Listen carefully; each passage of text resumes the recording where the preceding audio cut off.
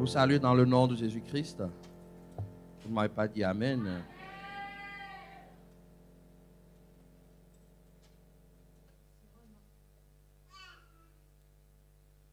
Je rends grâce au Seigneur pour chacune de nos vies. Chaque jour que Dieu donne mérite qu'on soit reconnaissant. Je suis reconnaissant de voir Dieu pour vos vies. Parce qu'il agit. Et il n'arrête pas de travailler dans vos vies. Et je suis sûr que si vous regardez à vous-même, Dieu est actif. Et comme il ne fait rien sans sa parole, aujourd'hui, il va encore agir avec sa parole. Nous sommes aujourd'hui à la 3e partie de notre thème, puisque nous sommes dans la cible prophétique que le Seigneur nous a donnée en septembre dernier. Élargis l'espace de ta tente. Quand Dieu donne la liberté, quand Dieu élargit nos limites, c'est parce qu'il a prévu des choses de cette ère, des choses qui sont conformes à la superficie qu'il t'a donnée, c'est-à-dire de bonnes choses. Tant que tu étais à l'étroit, il y avait des choses que tu ne pouvais pas explorer. Mais quand il élargit, il y a des domaines, des choses qu'il a préparées pour toi. Et ces choses-là sont dans sa présence. Mais ces choses-là sont conditionnées. Même le salut est conditionné. Le salut est conditionné par quoi? Par la foi. Celui qui ne croit pas n'est pas sauvé. Et quand tu as cru, l'autre étape, c'est de servir. Et lorsque tu sers, Malachie 3,18, il dit, je ferai la différence. Je n'aimerais pas que quelqu'un vous égare.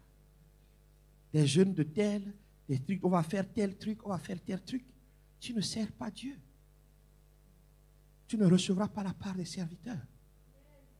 Ne tombez pas dans plein de choses. Il dit, je ferai la différence entre ceux qui me servent. Donc, la part, la différence que Dieu fait n'est pas comparable à une autre différence qu'un homme, une famille, un homme peut faire. La différence que Dieu fait dans ta vie, non seulement il te donne l'éternité, mais tu marqueras ta génération. Tu marqueras ta famille. Quelqu'un doit croire qu'il n'y a pas d'autres issues. J'aimerais être clair avec vous. Parce que quand Dieu appelle quelqu'un, il lui dit quelque chose. Et ce qu'il m'a dit, c'est que cette église doit être remplie d'ouvriers. Donc voilà pourquoi quelqu'un qui ne veut pas servir, je vais le dire. Tu n'as pas ta place ici. Sers d'abord la cause. Il ne s'agit pas de te servir toi-même. Il s'agit de servir Dieu, son royaume, pour que d'autres soient sauvés. Et pour pouvoir manger du coup les bonnes productions qui sont attachées à ça, il faut obéir. De quelle manière? En étant docile, en étant malléable. Que Dieu puisse te faire aller dans ce sens, qu'il puisse enlever, qu'il puisse rajouter et te donner la forme qu'il veut par rapport à ce qu'il attend de toi. Quelqu'un peut me dire Amen. Avec cette docilité, si tu acceptes, il dit rajoute du coup la bonne volonté. Ce désir du cœur qui dit à tout prix, je vais plaire à Dieu. Pas à moi. Nous avons tous des ambitions. Mais j'aime ce chant qui dit que nous jetons nos couronnes. Je ne me rappelle plus du chant, mais il dit nous jetons nos couronnes. Nous laissons nos ambitions. Nos parents nous ont tellement dit, oh tu es spécial, tu seras ci, tu feras pour moi, tu vas perpétuer mon nom. Dieu a changé le plan. C'est le nom de Jésus-Christ que toi tu vas porter jusqu'aux extrémités de la terre. Nous jetons nos couronnes. Alors, il dit, ayez ce désir, qui est un désir, quelque chose qui est dans le cœur. C'est un geste d'amour, qui est dire, je veux te plaire. Je te plaire. Quand tu as la docilité, c'est-à-dire malléable, une obéissance complète, sans discussion, on va te prendre pour un idiot. On va dire que la voie que tu prends, et le diable va venir te menacer. Le diable va venir, les hommes, tout le monde. Oh, rigole, on va te tromper. On va dire que Toi, tu ne comprends rien. Non. Tu es juste en train de laisser Dieu te donner la forme qu'il veut. Et quand tu passes cette étape, il dit maintenant, désire à tout prix. Quoi, quel que soit ce qui va arriver. Que tu sois dans l'abondance ou dans le manque. Que ton cœur soit tourné vers moi. Servir Dieu, c'est aimer Dieu. Et quand il dit que maintenant, vous avez ça, je rajoute un troisième point. C'est la diligence. Notre texte de base, c'était Ésaïe 1. Ésaïe 1, qui rappelle que Judas vivait une période de trouble. Et il s'était détourné de Dieu. Mais Dieu, dans sa miséricorde, est revenu et va lui donner la clé. Le verset 19, il dit, si vous avez de la bonne volonté et si vous êtes docile, vous mangerez les meilleures productions du pays. Mais si vous résistez, si vous êtes rebelle, vous serez dévorés par le glaive, car la bouche de l'Éternel a parlé. Ceux qui vont refuser le Seigneur et qui vont refuser de le servir, ils iront en enfer. Mais toi, ne prenons pas de raccourcis, parce que nous nous rendrons compte. Jacques 2, verset 20 dit, veux-tu savoir, ô homme vain, que la foi sans les œuvres est inutile? Le verset 26, le corps sans âme est mort, de même la foi sans les œuvres est morte. Nous devons faire des œuvres que Dieu a préparées d'avance. Et maintenant que tu acceptes que Dieu te façonne par ses décisions, maintenant que tu acceptes qu'il mette son amour dans ton cœur, il dit, c'est maintenant qu'il faut me servir. Je veux parler de la diligence. C'est maintenant. Je veux m'adresser à tous ceux qui disent, je vais attendre de voir pour servir Dieu.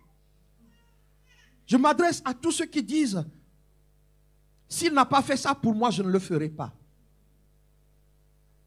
Je veux m'adresser à ceux-là qui disent, à Bethania, je ne sais pas encore.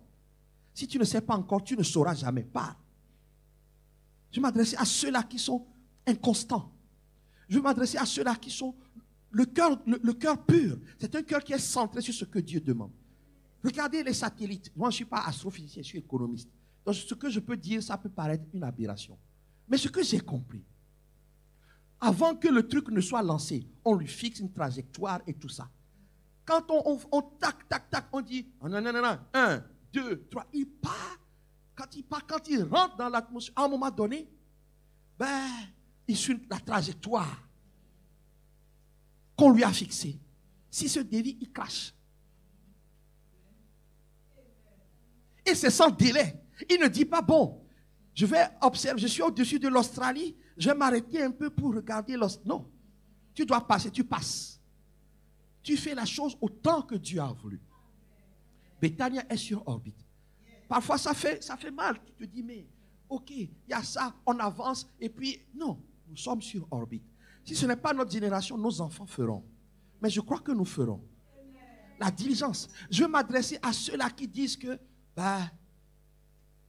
comme il y a 15 ans, lorsque nous avons commencé, j'avais un frère. Moi, je suis parti. Je n'ai pas dit à un frère de mon église, viens avec moi. Je suis parti avec ma famille.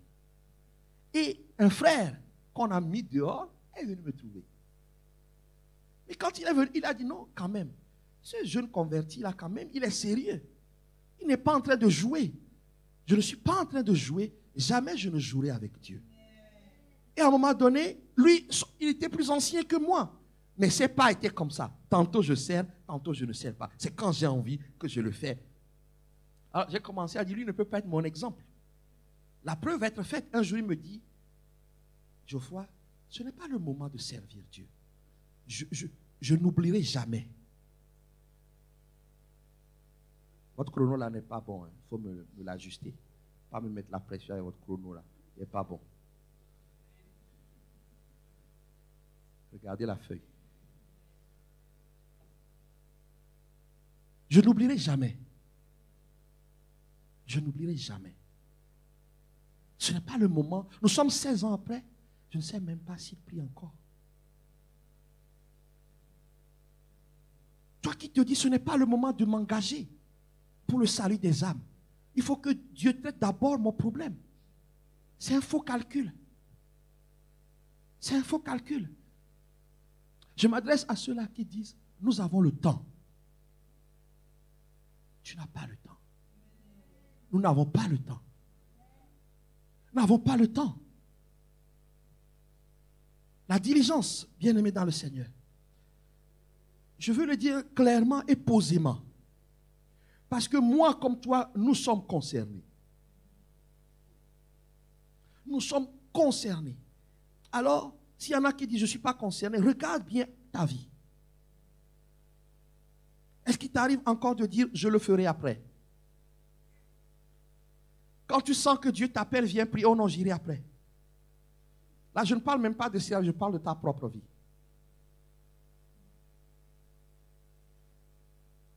Quand tu sens qu'on te demande de faire quelque chose, là on vient à l'église, ton responsable te demande de faire quelque chose. Tu dis, je ferai après. Je n'ai pas encore fini ce que j'avais à faire. J'aimerais dire quelque chose à quelqu'un ce matin. La part de Dieu, ce n'est pas celle qui vient après. La part de Dieu, c'est ce qui vient en premier. Quand ça vient en premier, Dieu te donne l'intelligence, la sagesse pour aller plus vite que même ceux qui ont commencé avant toi. Parce que lorsque tu commences à parler comme ça, c'est le début de la rébellion. C'est le début de la rébellion, je ferai après. Oh, je n'ai pas encore fini ce que j'avais à faire. Mais tu vas traîner. Tu vas traîner. Parce que Dieu réclame sa part. J'aimerais expliquer à quelqu'un. Par exemple, lorsqu'il s'agit de finances, ce n'est pas quand tu as fait tes calculs que tu vas donner la part de Dieu. La part de Dieu, c'est tout de suite. Ça s'appelle diligence. Alléluia. Et dans le service, c'est pareil. Je ne me suis pas encore occupé de mon linge. Donc, ce que le pasteur m'a demandé de faire, ça attendra. Ça ne peut pas attendre. Ce que Dieu m'a demandé de faire, je dois appeler quelqu'un. Non, ça, comme ils ont déjà expérimenté, Dieu te met à cœur d'appeler un frère. Tu ne le fais pas tout de suite et tu ne le feras pas. Jusqu'à ce que tu dis, oh, je devais t'appeler. Est-ce que quelqu'un a déjà expérimenté ça? Ça s'appelle la rébellion. C'est le contraire de la diligence. Quelqu'un me suit? Quelqu'un me suit? Alors c'est quoi la diligence? Dans le langage courant, la diligence, c'est exécuter une chose rapidement, avec zèle, avec empressement, autant que la chose exige. Il y a un temps que la chose exige. Il y a un temps que la chose exige. Quand tu es spirituel, tu expérimentes. Le Saint-Esprit te dit, je me rappelle encore, dès l'appel, Dieu m'a dit, tu es prophétique. Je suis pasteur, mais je suis prophétique. Ce que tu diras, je le ferai. Beaucoup l'ont expérimenté, mais on n'osait pas le dire. Parce que je ne voulais pas de confusion. Jusqu'en 2018, j'étais en train de prêcher. La pensée revient encore. Parle contre le chômage. Là, j'ai dit non, je ne vais pas laisser passer. Parce que souvent, c'est comme ça que la pensée vient, simplement comme ça. J'ai dit non. J'ai attaqué. C'est ça la diligence. Faire la chose avec empressement, avec zèle, avec sérieux. Au temps où Dieu dit, fais-le.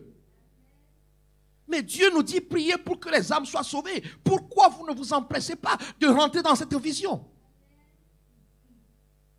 Ça ne changera pas.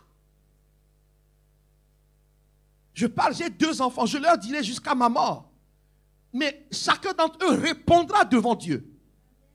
Élisée répondra devant Dieu et Lina répondra devant Dieu.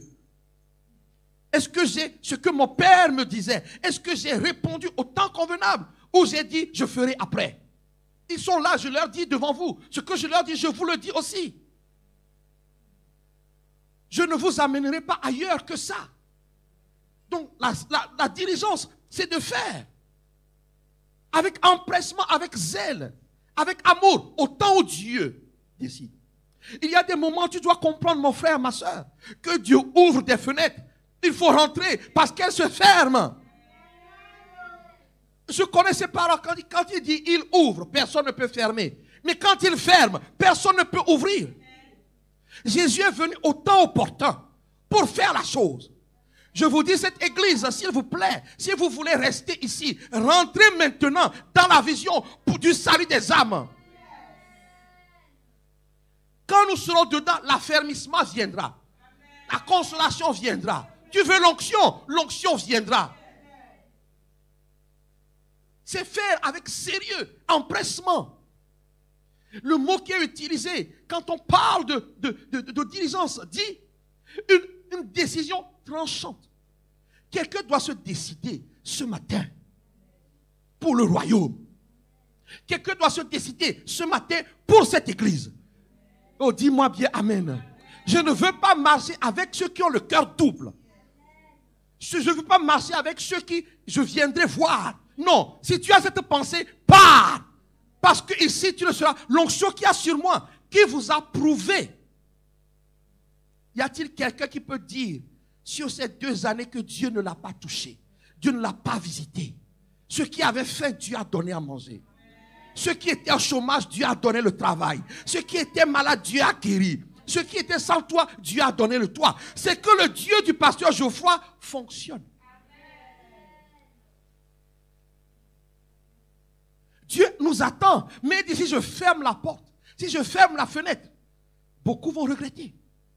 Comme ceux qui quittent le bateau alors que c'est leur bateau, ils vont regretter. C'est le moment de prendre décision. Pourquoi tu as honte de nous? Tu as honte de nous. Tu as honte de cette église. Non, c'est le moment de prendre la décision. Parce que quand la fenêtre va se fermer, même moi je peux venir prophétiser sur toi, ça ne s'accomplira pas. Parce que la porte est fermée. Il y a des moments où Dieu ouvre les portes. C'est comme, c'est quelque chose qui est précieux. Si ta vie est précieuse pour toi, ne commence pas à dire je verrai plus tard. Des gens vont vous pousser à dire oh attendez, mais c'est quoi ces conneries? Dieu est diligent envers nous. Dieu ne traîne pas. Lisons quelques versets. Proverbe 10, verset 4 dit, celui qui agit d'une main lâche s'appauvrit, mais la main des diligents enrichit. La main là de ceux-là qui sont pressés pour le Seigneur, ça va t'amener, parce que tu ne louperas pas l'occasion. C'est-à-dire, les gens qui font des affaires, ils savent. J'ai entendu souvent, ma soeur est une femme d'affaires. C'est une occasion. Comme on dit, c'est une occasion en or. Je suis en train de dire à quelqu'un, c'est une occasion en or que Dieu nous donne dans cette église de travailler pour que d'autres soient sauvés. Voilà pourquoi nous n'allons pas lutter pour les biens quotidiens. Il va pourvoir. Ta main qui veut servir pour le royaume va t'enrichir parce que Dieu est riche. Proverbe 21, verset 5. Les projets de l'homme diligent ne mettent qu'à l'abondance. Les projets de l'homme qui n'attend pas. Dans le langage courant, on dit, il y en a qui procrastinent. Vous connaissez ce mot? Toujours demain. Toujours demain. Vous savez, j'ai dit à un frère qui n'est plus là. Parce que c'était un test que je lui faisais. Quand je veux t'acculer, je suis trop fort pour ça. Je savais que son cœur était double. Alors je lui ai dit, mais tu vas devenir ancien dans cette église. J'ai attendu. Je lui ai même 6 mois. Les 6 mois sont passés, il n'est pas revenu. J'attendais juste qu'il vienne me dire, non, je ne me sens pas bien, je dois partir. C'est une occasion qu'il a loupé de se décider en faveur du royaume. Parce qu'on lui faisait d'autres propositions. Parce qu'on, bien aimé, tu as le Saint-Esprit. C'est ce que je suis en train de dire est faux, il va te le dire. Dieu ne propose pas, Dieu ordonne. Dieu nous ordonne de prier pour que d'autres soient sauvés. Tu n'étais pas là. Cette église a commencé parce que moi et mon épouse, on a répondu. Donc tu ne peux pas m'imposer une autre vision. Nous avons traîné. Depuis 2018, nous sommes revenus. Donc la fenêtre est ouverte. C'est le moment. Tu iras à l'abondance. Tu ne manqueras de rien. Ne reporte pas ton engagement pour le salut des gens. Quelqu'un peut me dire Amen. Proverbe 12, verset 24 dit, la main des dirigeants dominera, mais la main lâche sera tributaire. C'est-à-dire que tu dépendras des hommes. Quelqu'un veut dépendre des hommes. Quelqu'un veut dépendre des hommes. Mais même lorsque tu es un patron, moi je dis, je ne dépends pas d'eux. J'ai dit à une soeur, j'ai dit, mais je suis là-bas, pas parce qu'il m'a choisi, le frère là. C'est Dieu qui m'a choisi. Mais comment c'est possible? Quand Dieu m'a dit d'aller là-bas, je suis allé. J'avais 2 emplois. Et Dieu m'a dit, laisse celui-là, prends celui-là. Celui que j'avais laissé, c'était un contrat garanti de 5 ans. OK? Et l'autre, là où il m'a dit d'aller, je ne connaissais même pas la durée. C'est après que j'ai su. Mais je suis là-bas, ça fait 20 ans. Comment ça s'est passé? J'ai répondu, come on, vas-y, j'y suis allé. Mais je comprends une chose. Parce que je venais de me convertir et tout de suite, je n'ai pas dit je vais voir pour servir. Je vais tellement t'énerver parce que je vais tellement servir que ta conscience va t'accuser. Quand tu vas me voir, ta conscience va t'accuser. Parce que je veux servir Dieu. Parce que j'ai compris que Jésus-Christ est venu. Il m'a servi en allant à la croix. Alors quand c'est comme ça, je me rappelle, je suis allé, je suis là. Je suis, comme ils disent, titulaire. Mais je sais une chose, ce n'est pas un homme qui m'a placé là-bas. C'est pareil pour le mariage. Quand Dieu donne la femme, quelle famille, quelle belle-mère, quelle belle-sœur, quel beau-frère, je ne dépends pas d'eux. Dieu m'a donné la femme, Dieu a tiré la femme de moi. Bon, il peut se lever, non, je ne dépends pas. Tu ne dépends pas. Quand tu es dirigeant pour Dieu, jamais quelqu'un m'a dit, je suis ici parce que, non, il dit, tu es là-bas en Europe parce que nous on fait des sacrifices. J'ai dit non, c'est faux. C'est faux. Vos sacrifices ne me maintiennent pas en Europe. C'est Jésus. Quand tu es prêt à servir Dieu, promptement, rapidement, tu ne dépendras pas des hommes. Voilà pourquoi les jeunes qui dépendent de leurs parents de loin, si vos parents ne servent pas Dieu et qu'ils voient que vous servez Dieu, ils vont vous menacer. Je veux être clair. Certains préféraient même que vous passiez votre temps en boîte de nuit. Ils préféraient même pas, mais pas Jésus. Alors, le truc ultime, ça va être, on va vous couper les vivres. Oh, je vais te couper. Ça, c'est l'expression en Afrique de l'Ouest. Je ne sais pas, je te coupe les vivres. Mais, comme tu ne dépends pas finalement de lui, Dieu va pourvoir. Mais j'ai une bonne nouvelle pour toi. Comment il va pourvoir? Dieu va l'obliger. Je dis, Dieu va l'obliger. Dieu va attaquer sa conscience pourrie là. Dieu va l'attaquer. Va ramener la vie dans sa conscience pour qu'il assume son rôle de papa. Oh, quelqu'un ne m'a pas dit amen. Quelqu'un ne m'a pas dit amen. Il assumera son rôle de papa. Jusqu'à ce qu'il, toi-même tu dis c'est bon papa. Quelqu'un peut me dire amen. C'est ce que la diligence fait. Il oubliera même qu'il t'envoie les sous. Quelqu'un peut me dire amen. Fais ce que Dieu va incliner son cœur en ta faveur. Jusqu'à ce que Dieu trouve lui-même une autre porte. Quelqu'un peut me dire amen. Proverbe 13, verset 4 dit, l'âme du paresseux a des désirs qu'il ne peut satisfaire. L'âme du paresseux. Bien-aimés, nous ne pouvons pas, je crois que vous avez tous dans le cœur une grande église, n'est-ce pas? Hein? Avec un groupe de louanges de 100 personnes, des musiciens à tous les niveaux, des intercesseurs, des architectes, des banquiers, de tout ça là. Tu veux, quand une soeur rentre, on va lui trouver direct un frère. Nous voulons tous ça. Nous voulons être implantés. Dieu m'a montré des pays. Nous devons aller en Hollande, nous devons aller en Belgique, nous devons aller en Pologne, nous devons aller en Afrique. Tout le monde veut ça. Regarde la com voulait avoir des écrans comme ça avec le son litre aux oignons. Tu aimerais que quand tu regardes ton compte te supplie, s'il te plaît, dépense. Mais nous voulons tous ça.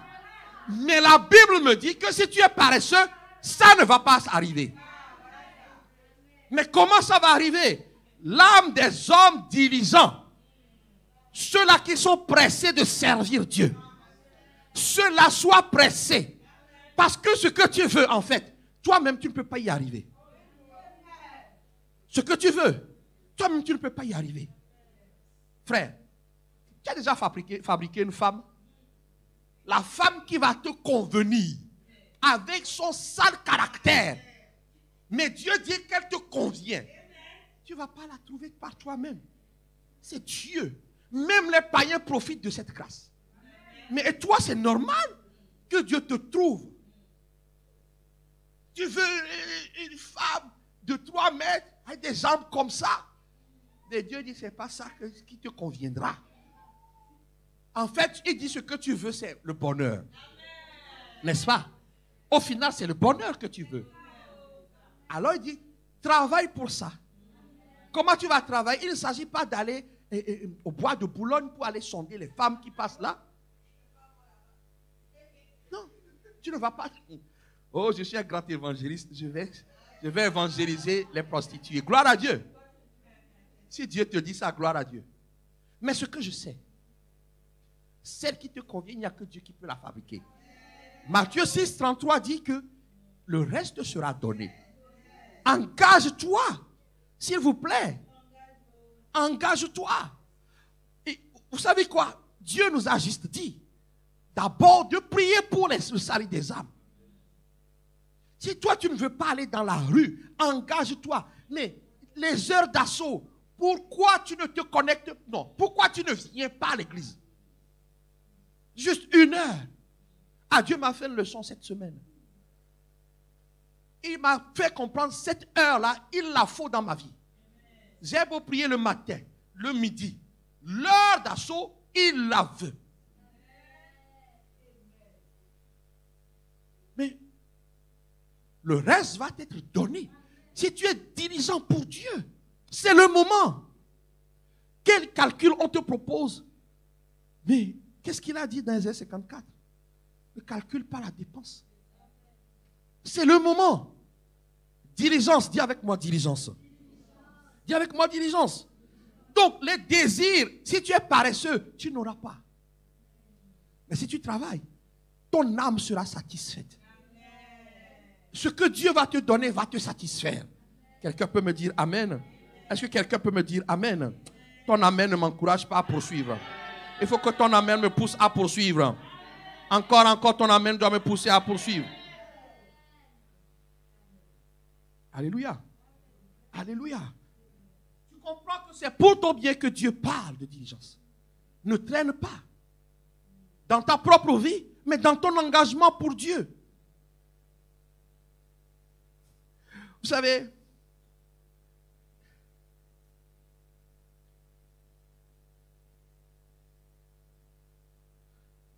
parfois j'ai envie de rugir, de crier. Quand je vois que toi-même, tu es le blocage de ta propre vie. Parce que tu es têtu. Tu veux essayer tout sauf ce que Dieu nous a dit ici. Séminaire, ici tu cours. Conférence, ici tu cours. Même d'autres églises lancent 21 jours de jeûne. Tu participes à leur jeûne. Mais quand il y a 2 jours de jeûne ici, tu ne veux pas participer. Il faut aller les rejoindre. C'est vrai ou c'est pas vrai? Dites-moi, est-ce que je mens? Tu n'as jamais participé à un jeûne d'une autre église?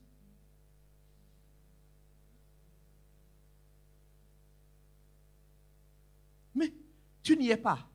Ce qu'ils sont en train de faire ne te concerne pas. Mais ce qui est en train d'être fait ici, c'est ça qui te concerne. Donc tu as juste fait un régime. Dieu n'a même pas calculé ce que tu as fait. Non, Dieu est cohérent. Quand il dit n'abandonnez pas vos assemblées. Mais moi je veux être clair. J'ai souvent dit, si c'est avec 10, je te présenterai 10. Je présenterai 10. Ce que tu as dans le cœur, Dieu va répondre. Mais quand toi aussi tu vas répondre à son appel, dans la diligence. J'ai demandé des enfants à Dieu. Ah, je suis servi. Hein. Ah, je suis servi. Des enfants capricieux. Je vous parle de cœur à cœur aujourd'hui. Capricieux. Vous êtes capricieux. Capricieux. Il y a des moments où vous êtes à fond. Période d'après, j'ai mal à mes cheveux. Oh, je ne peux pas. Ah non, mais j'ai d'autres choses à faire. S'il vous plaît, est-ce que Dieu fait comme ça avec vous? Dieu est constant. Dieu est fidèle. Sa fidélité monte jusqu'aux cieux. Il ne fait pas le yo-yo. Ah, mon responsable m'a énervé. Il va voir. Je ne vais pas faire, on va voir comment il va se débrouiller. J'ai une mauvaise nouvelle pour toi. Il va se débrouiller. L'onction de se débrouiller que Dieu m'a donnée repose sur tous vos responsables. Il va, même s'il faut travailler avec des... Mais il sera béni. Ces enfantillages doivent cesser. Ces caprices doivent cesser. C'est maintenant qu'il faut faire. Oh, je ne me sens pas bien. Mais oui, si tu ne sers pas Dieu, tu ne te sentiras pas bien. Mais on ne vous a pas appris ça. Il parle tantôt d'une manière, tantôt d'une autre. Le jour où j'ai trouvé ce verset qui dit qu'il enlève même l'appétit. J'ai dit, il y a des moments où je n'ai pas l'appétit, c'est parce qu'il a enlevé. Je prie que Dieu enlève l'appétit à quiconque refuse d'être dirigeant. Tu mangeras, ça n'aura pas de saveur. Tu ne dis pas amen, moi-même j'ai dit amen. Parce que ta bénédiction passe par là. Oh, je ne me sens pas bien. Mais oui, tu n'auras pas le moral tant que tu ne le serviras pas. On ne vous a pas appris ça? Parce qu'il t'aime. S'il te laisse en forme, bien sûr que tu ne vas pas le servir. Ça, ce sont les appelés. Si tu as appelé, il trouvera les moyens pour t'obliger à servir. Parce que ta bénédiction passe par là. Ne traîne plus. Engage-toi. C'est maintenant, dis-moi amen. Alors, quelques mots qui accompagnent le mot diligence. Premièrement, c'est le mot empressement. S'empresser. Presser. Courir pour faire la chose. Ce que Dieu te demande, il ne peut pas être fait avec délai. Vous voyez, quand tu fais la chose avec empressement, Dieu agit. Je vais vous donner quelques exemples. Élisée est allé chez la femme sunamite, 2 Rois 4, à partir du verset 8. Il dit, un jour Élisée passait à Sunem, et il y avait là une femme de distinction qui le pressa d'accepter de manger. Et toutes les fois qu'il passait, il se rendait chez elle pour manger. La Bible dit qu'elle a pressé l'homme de Dieu de manger. Après, c'est devenu une habitude. Dieu nous dit d'insister. Mais qu'est-ce qui va se passer? 2 Rois 4, verset 13. Élisée dit à Géasi, dis-lui, voici, tu nous as montré tout cet empressement. C'est quelque chose qui est visible. Celui qui est lâche des mains, celui qui est, Dieu voit. Celui qui court, Dieu voit. Et l'homme de Dieu voit. Si je dois parler de chacun ici, je vais te donner ton profil. Je suis capable de donner le profil de chacun ici. Ceux qui sont empressés, ceux qui sont tout le temps empressés, ceux qui sont empressés le lundi, le mardi, le mercredi, le jeudi, tu ne les vois plus. Je peux donner le profil de tout le monde. Et ceux qui ne sont même pas empressés, ils attendent juste de voir. Si une occasion se présente, ils filent. Je te dis, l'occasion s'est présentée, file. Dieu voit tout. Et qu'est-ce que la Bible dit? Que peut-on faire pour toi? L'empressement m'envoie te dire, qu'est-ce que Dieu veut? Pour toi qui es dirigeant pour Dieu, Dieu m'envoie te dire, qu'est-ce que tu veux? Maintenant, la fenêtre est ouverte. Toi qui es dirigeant, toi qui n'attends pas qu'on te motive, je vous ai interdit de motiver les gens, les enfants de Bethania sur Facebook et YouTube. J'espère que vous m'obéissez. Ne les motivez pas. Toi, reste motivé. Reste dirigeant. Toi qui es dirigeant, le Seigneur va te demander, même aujourd'hui, qu'est-ce que tu veux? Qu'est-ce que tu veux? Qu'est-ce que tu veux? Elle va répondre, elle va expliquer. La diligence amène Dieu à tourner ses oreilles vers nous. Voilà pourquoi le psalmiste va pouvoir dire, hâte-toi de me répondre. Parce que Dieu aussi se hâte. Et Dieu veut se hâter pour nous. Nous avons 5 mois pour quitter cet endroit. Pour les hommes, c'est trop court. Mais pour Dieu, c'est assez. Mais c'est assez pour ceux qui sont diligents. Nous devons devenir une église diligente. Ne trouve plus de raison de ne pas servir Dieu. Sois empressé pour que Dieu puisse te demander qu'est-ce que tu veux. Dans ce mot, bien-aimé, je t'encourage à recevoir la parole de Dieu avec empressement, avec diligence. Quel que soit le message, sois prêt. Parce que c'est dans la parole de Dieu que tu auras ta réponse. Dans le mot empressement. Deuxième mot, c'est le mot hâte. Hâte, mahar. C'est-à-dire accélérer, accélération, rapidement, promptement. Dieu nous demande ces temps-ci la promptitude. Ne pas traîner. Joab, qui va demander la maison pour la maison de l'Éternel, 2 Chroniques 24, verset 5. Il va rassembler les sacrificateurs et les Lévites et leur dit, allez par les villes de Juda et vous recueillerez dans tout Israël de l'argent chaque année pour réparer la maison de votre Dieu. Et mettez à cette affaire de l'empressement. Mais les Lévites ne se hâtèrent point. Je suis venu dire à l'église, c'est avec empressement que nous devons faire cette œuvre. C'est avec vous êtes une génération où nous vivons ce que nous n'avons jamais vécu. Dieu nous a fait signe de toutes les manières. Les jeunes, les moins jeunes, tout le monde. Mon Dieu, le Dieu du pasteur Geoffroy a démontré qu'il est capable de changer votre vie. Mais ne faites pas comme les Lévites. Ces Lévites à qui ne se hâtèrent. C'est le moment de courir pour le royaume de Dieu. C'est le moment de courir. La hâte. Je n'ai pas dit la précipitation. La hâte. Trouve le moyen de distribuer nos flyers. Tu ne les as pas fabriqués. Quelqu'un les a fabriqués. Trouve le moyen juste de distribuer. Trouve le moyen d'appeler quelqu'un cette semaine. Pour lui dire, Jésus t'aime. Viens. Oh, viens. Viens voir ce que Dieu est en train de faire. Pourquoi tu procrastines? Le mot hâte. Dans ce mot, j'ai trouvé un verset qui me fait mal au cœur. Parce que nous sommes un peu comme ça. Le psaume 119, verset 60. Le psaume 119, verset 60 dit, je me hâte. Je ne diffère point d'observer tes commandements. Est-ce que nous pouvons tous le dire réellement? Franchement. Franchement. Quand Dieu dit cherchez premièrement le royaume, la justice de Dieu, tout le reste vous sera donné. Est-ce que nous nous hâtons vraiment? Vous savez ce qui arrive pour beaucoup. Ils vont entendre, oh, Dieu t'a appelé. Oh, tu as un grand ministère. Tu as un grand signe. Mais avant d'arriver là-bas, Dieu va t'éprouver. Dans le petit service que tu dis, ce petit service.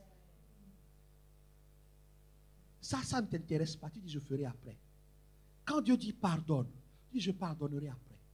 Quand Dieu dit, remets les fautes de l'autre. Oh, là, il faut que je lui montre un peu. Il faut qu'il sache qui je suis. Je ne suis pas n'importe qui. Quand Dieu dit, mais travaille, oh, après, quand j'aurai fini mes études. Quand j'aurai, mais non. Même maintenant, nos enfants doivent apprendre à servir maintenant. Est-ce que tu es capable de dire, je me hâte, je ne diffère point d'observer tes commandements? Es-tu capable de le dire réellement? Quand la sœur vous envoie les requêtes, mais c'est Dieu qui a dit à Timothée de prier pour le salut des âmes. Puisque tu ne te lèves pas à 5 heures du matin, elle se lève à 5 heures du matin, elle t'envoie les requêtes. Est-ce que tu les fais dans la journée? Oh, je ferai après, je ferai à la pause. Ta pause est passée, tu es passé ton temps à boire le café avec tes collègues. C'est lui-même qui dit de prier. Je diffère, tu diffères. Que cela ne soit plus notre partage. Que je me hâte, hâte-toi. Ne traîne pas les pieds. Alléluia.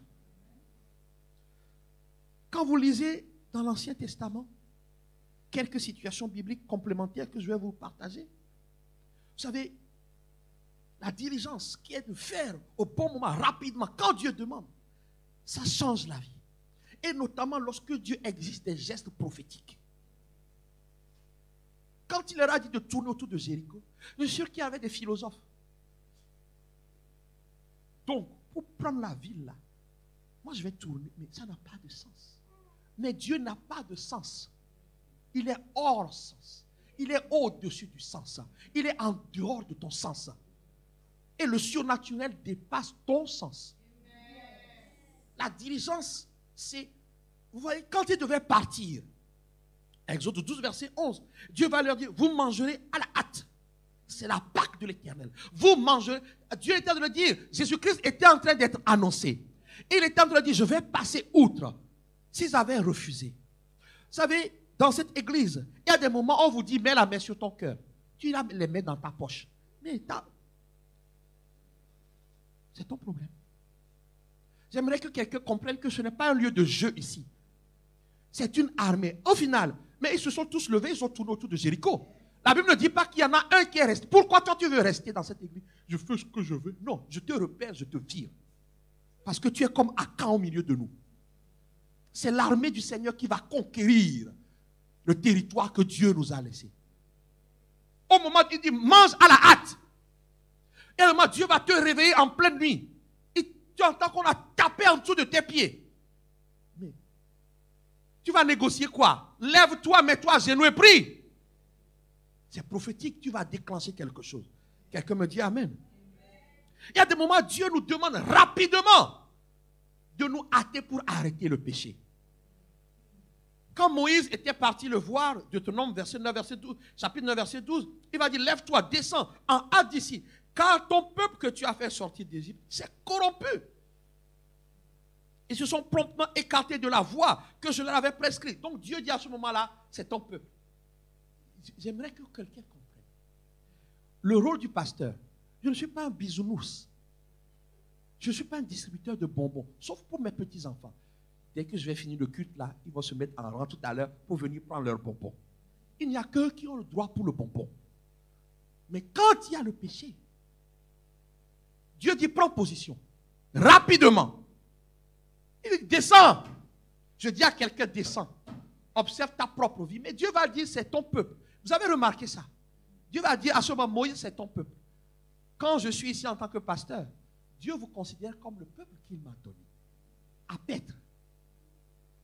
Donc voilà pourquoi moi je crie. Et moi je râle parce qu'il dit ils sont en train de s'endormir. La diligence est loin de certaines vies. Ça doit revenir. C'est pour ça que je suis en train de prêcher. Lorsque David était face aux Philistins, 2 Samuel 5, Dieu va lui dire au verset 24, quand tu entendras un bruit de pas dans les cimes de mûrier, hâte-toi, car c'est l'Éternel qui marche devant toi pour battre l'armée des Philistins. Regardez-moi s'il vous plaît. Laissez vos notes. N'entendez-vous pas le bruit de la puissance de Dieu?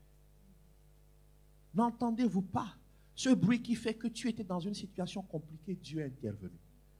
N'entends-tu pas ce bruit qui fait que tous nos étudiants ont travaillé? Ceux qui le voulaient ont travaillé. N'entends-tu pas ce bruit qui fait que certains n'avaient pas de papier, Dieu leur a donné le papier? N'entendez-vous pas ce bruit qui dit que le chômage n'existe plus? N'entendez-vous pas, s'il vous plaît, j'ai failli dire de couper parce que certains de nos enfants sont connectés. N'entendez-vous pas ça? Pourquoi vous allez traîner?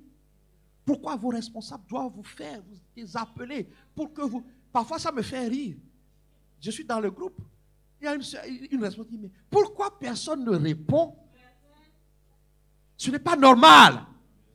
C'est irrespectueux. Je leur ai légué une autorité pour vous paître. Ce manque de respect doit s'arrêter. Vous le faites avec moi, ne vous inquiétez pas, je viendrai dans vos groupes très prochainement, face à face. Vous ne dites jamais Amen quand Bethania publie quelque chose. Mais quand c'est quelqu'un d'autre qui publie, ton Amen là, Dieu ne l'entendra pas. N'entendez-vous pas le bruit de la faveur de Dieu? Dieu qui attire des gens, le groupe d'évangélisation sort, ils vont prier, des gens vont être guéris. N'entendez-vous pas le bruit de la présence de Dieu? Pour vous poser encore des questions. C'est le moment d'y aller. C'est le moment d'y aller pour que des gens soient sauvés. C'est le moment. N'entendez-vous pas ce bruit? Dieu a remboursé des dettes pour certains. J'ai touché des cartes bleues ici devant vous. Dieu a rempli les comptes. Certains ont pris le manteau prophétique. Ils sont allés frapper à la préfecture. Leur papier est sorti. S'ils ne voulont pas dire, c'est que vous n'avez pas entendu les témoignages. N'entendez-vous pas le bruit des pas du roi des rois au milieu de nous? N'entendez-vous pas ça? N'entendez-vous pas ça? Entendez et décidez-vous de servir le royaume. Afin que la bénédiction ne s'arrête plus jamais. J'ai des échos. C'était, tu n'étais pas inscrit, mais Dieu t'a inscrit. Dieu t'a changé de travail. Mais ce bruit-là annonce la présence de Dieu. N'entendez-vous pas ce bruit?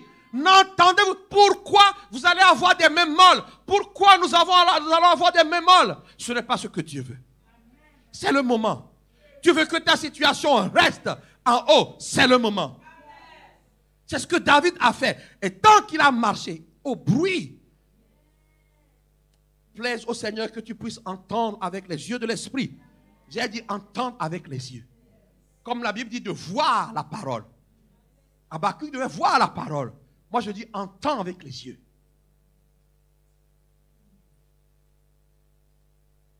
Arrêtons de plaisanter avec Dieu.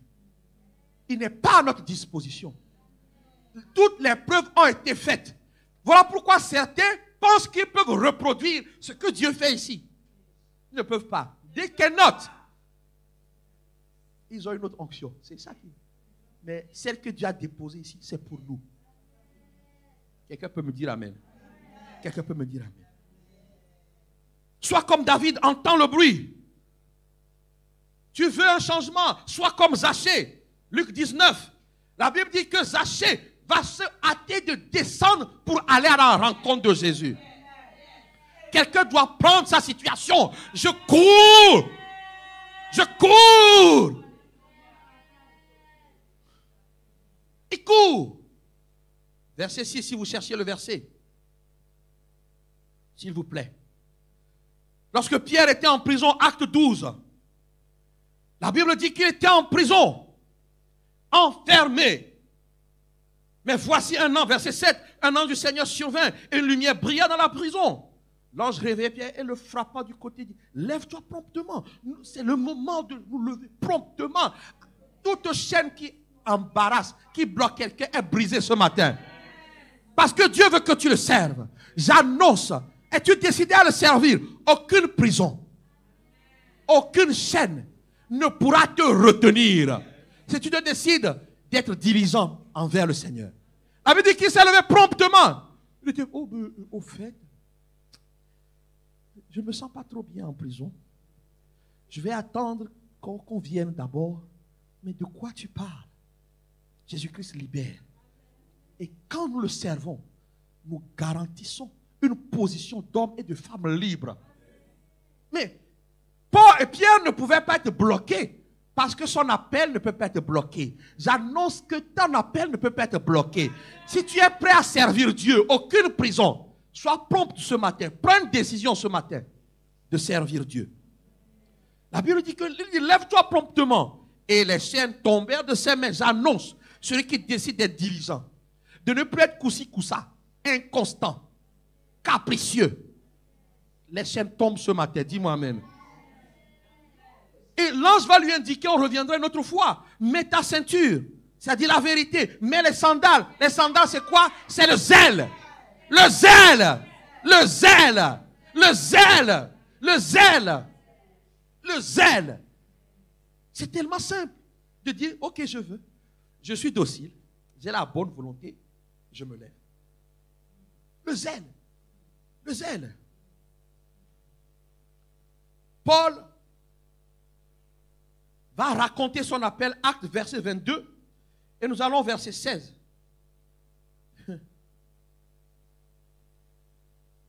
Il va raconter comment Dieu va l'envoyer vers Ananias, etc., etc. Et le verset 16 dit, maintenant que tardes-tu? Lève-toi, sois baptisé et lavé de tes péchés. Pour obtenir, il faut se hâter. Je dis que c'est le moment. Il y en a qui ne sont pas encore baptisés dans cette église. Je vous dis que c'est le moment. C'est le moment. Hâte-toi. Sois diligent. Parce que ton salut est là. Jésus va lui dire au verset 18. Et je vis le Seigneur qui me disait, hâte-toi et sors promptement de Jérusalem. Tu veux servir Dieu? Tu dois être libre. Tu dois aller là où Dieu va faire prospérer ton œuvre. Alors il dit, sors. Il dit, sors. Sors de cette ville que tu aimes tant. Sors de cette vie. Tu es ton confort. Et il voulait être à Jérusalem. Mais Dieu va lui dire promptement, sors de ton Facebook. Sors un peu de ton YouTube. Et connecte-toi aux heures d'assaut si tu ne peux pas venir. Promptement. Je dis à quelqu'un, tu es trop lent. Trop lent. Trop lent. Tu calcules trop. Pas parce que tu calcules. Avec Dieu, on ne calcule pas. La docilité, c'est acquiescer. J'accepte. J'accepte. Si tu me dis, mais pasteur, comment ton appel s'est confirmé? Je n'ai qu'une réponse. Je nettoyais, c'est tout. J'ai commencé à nettoyer. Ensuite, j'ai commencé à bouger le matériel. Les choses se sont faites. Parce que j'étais prêt.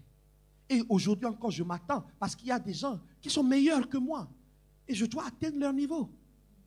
Pas parce que je veux une chose élevée. C'est le fruit, le résultat du travail que nous allons mener ensemble. Quelqu'un me dit Amen. Quelqu'un me dit Amen. Les générations qui sont passées dans cette église n'ont pas voulu accepter mon message. Voilà pourquoi, si vous n'acceptez pas, vous aussi vous passerez. Et je ne veux pas. Vous passerez. Dieu vous a tellement fait des preuves qu'eux n'ont pas eu. Vous avez eu tellement de preuves. Ne soyez pas comme ceux-là, parce que je ne veux pas que le Seigneur me dise, laisse cette église, va commencer une autre œuvre. Est-ce que vous avez déjà entendu ces histoires? Il y a un grand pasteur, Dieu a dit, laisse-les. Pas. Non, j'ai trop souffert pour laisser. Je sais que j'ai un message. C'est le message que je suis en train de vous donner. Si vous n'écoutez pas, il me dira, sors promptement. Je suis sûr que Dieu m'a appelé. J'ai ce message à donner. C'est ce message, acceptez-le. Alléluia, quelqu'un me dit Amen. J'arrive à la fin. Pour vous dire, Dieu lui-même est diligent envers nous. Dieu ne tarde pas dans l'accomplissement de ses promesses. Est-ce que quelqu'un peut me dire Amen? 2 Pierre 3, verset 9, voilà pourquoi, comme il a promis qu'il reviendra, il revient. Et ne tarde, ne crois pas que tu as le temps. 2 Pierre 3, verset 9 dit, le Seigneur ne tarde pas dans l'accomplissement de la promesse, comme quelques-uns le croient. Il use juste de patience. Il ne tarde pas, il arrive. Qu'est-ce que tu vas lui présenter? Qu'est-ce que tu vas lui présenter? Ton château, il n'en a rien à faire. C'est comment tu as servi sa cause. Quelqu'un peut me dire Amen. Quelqu'un peut... Nombre 23, 19 dit que Dieu n'est pas un homme pour mentir. Il ne ment pas. Quand il dit qu'il demandera des comptes. Si tu meurs maintenant, quel compte tu vas rendre? Oh, mais je n'ai pas eu le temps.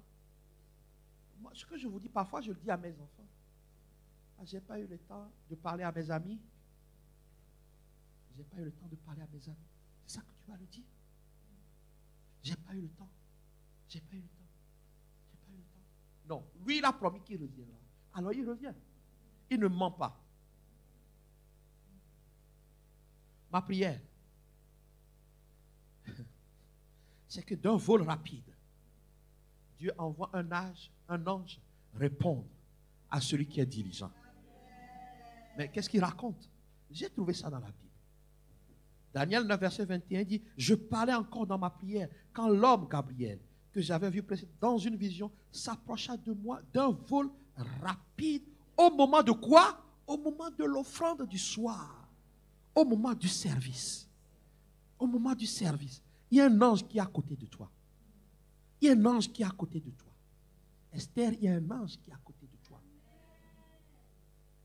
Si tu te décides à servir, tout ce que Dieu a prévu, il va intégrer ça dans ta vie.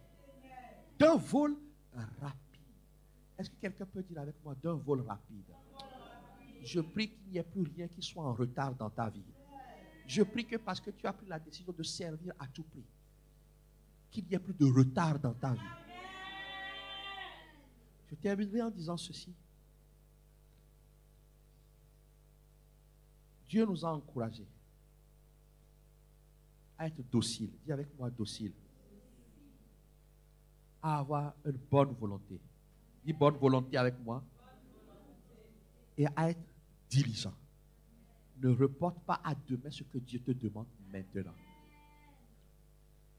Et c'est la garantie pour que nous puissions manger les meilleures productions du pays.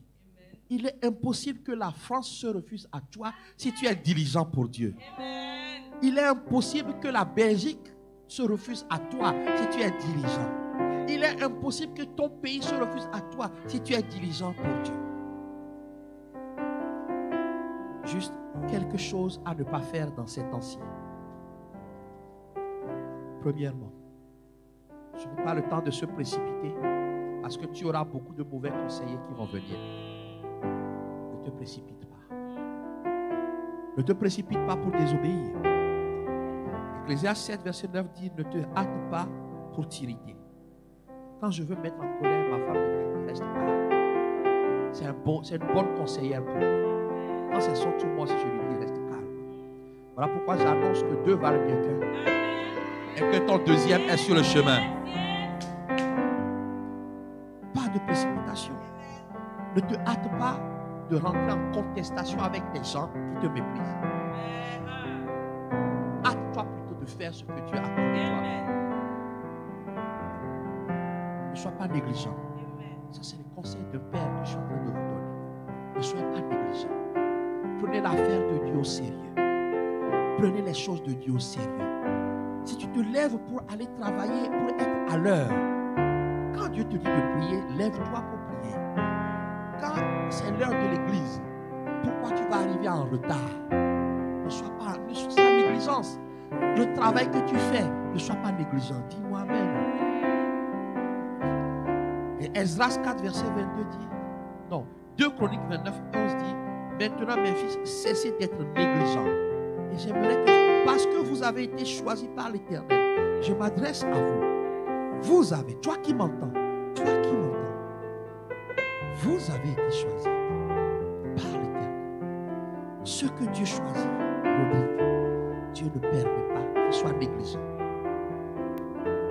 Parce que quand vous avez été choisis pour vous tenir, Béthania, nous avons été choisis pour nous tenir à son service. Tout le monde ici, du plus petit au plus grand, nous avons été choisis. Tu es le choix de Dieu pour te tenir à son service devant lui, pour être ses serviteurs et pour lui offrir des parfums. Ne sois pas négligent. Ne sois pas négligent. Ne sois pas prompt à faire le mal. Ne sois pas prompt à répondre au mal par le mal. C'est le moment. On va nous lever. C'est le moment de travailler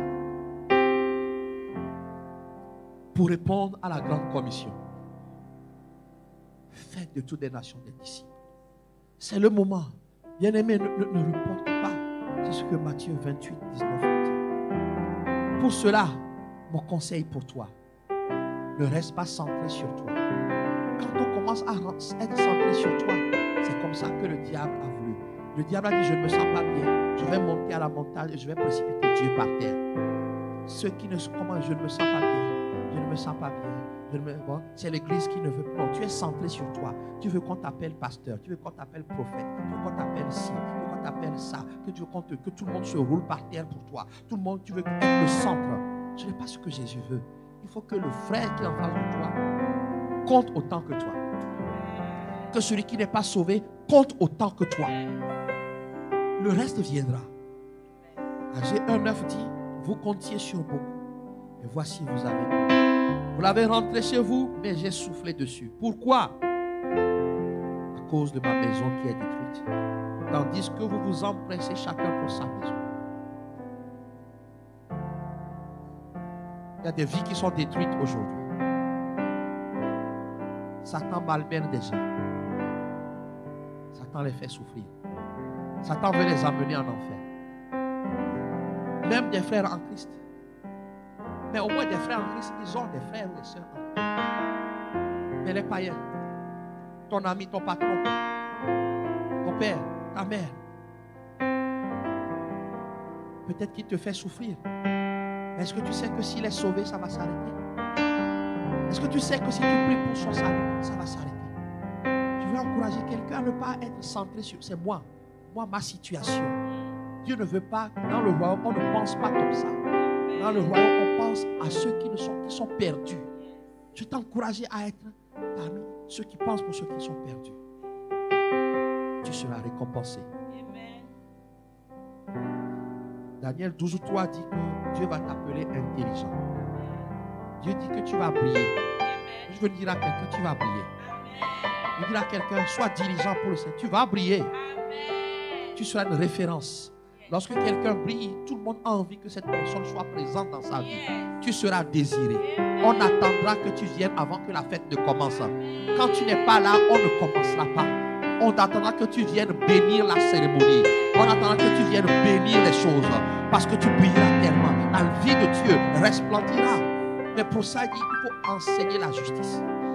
Enseigne aux gens la voie du salut. Ne dis pas qu'il faut que je sois pasteur. Enseigne la voie du salut. Voilà pourquoi je vais vous montrer. Y a-t-il quelqu'un ici qui n'a pas encore donné sa vie à Jésus? La voie du salut, la voie de la justice, c'est que quiconque croit au Seigneur Jésus-Christ est sauvé. Tu n'as pas beaucoup de choses à dire. Quiconque croit au Seigneur Jésus-Christ est sauvé et a la vie éternelle. Si tu es ici, tu n'as pas donné ton cœur à Jésus, tu n'as pas confié ton destin, c'est possible. Toi qui es connecté, la justice de Dieu, c'est que si tu crois au Seigneur Jésus-Christ, tu ne périras pas. Et Dieu s'engage à manifester sa gloire dans ta vie sur cette terre. Si tu confesses de ta bouche, bien aimé, ce que je suis en train de faire, c'est ce que vous devez faire aux gens. Dites-leur que Jésus est le chemin de l'éternité. Alors si tu es ici, si tu es là-bas, fais cette prière avec moi. Prends la décision. Sois prompt. Il a dit, hâtez-vous. Il a dit à Paul, hâte-toi de te faire baptiser. Hâte-toi de croire ce matin. Tu veux croire, tu veux donner ta vie à Jésus, fais cette prière avec moi. Dieu Tout-Puissant, merci pour ma vie. Je reconnais que pour moi, tu as envoyé Jésus-Christ à la croix pour mes péchés. Il a souffert. Il a versé son sang. Il est allé dans le tombeau. Il est ressuscité des morts le 3e jour. Il est monté aux cieux à la droite de Dieu. Je te demande pardon pour mes péchés. Lave-moi, purifie-moi par le sang de Jésus. Je crois que je suis pardonné et justifié par son sang. À partir d'aujourd'hui, Jésus, je te reconnais, je te confesse, je te reçois dans ma vie comme mon sauveur et Seigneur personnel. Jésus, je te donne ma vie. Viens habiter en moi par ton esprit pour m'instruire, me diriger, me transformer. Merci Père de m'avoir accordé la vie éternelle, d'avoir fait de moi ton enfant et d'être pour toujours mon Père. Amen. Seigneur, il y a quelqu'un, un homme, une femme, qui a décidé de te confier son destin. Merci parce que cette personne est devenue ton enfant. Ou cette personne est revenue à toi. Je prie, au Dieu, que les desseins des ténèbres soient effacés de sa vie. Je prie par le sang de Jésus-Christ que son nom soit effacé de toute archive, de tout livre satanique. Seigneur, que ces personnes reçoivent ton esprit. L'esprit d'intelligence, de sagesse, de conseil, de force, de connaissance et de la crainte de Dieu. Seigneur, remplis-les de ton esprit. Et qu'à partir d'aujourd'hui, qu'ils se mettent à ton service définitivement. Au nom de Jésus-Christ.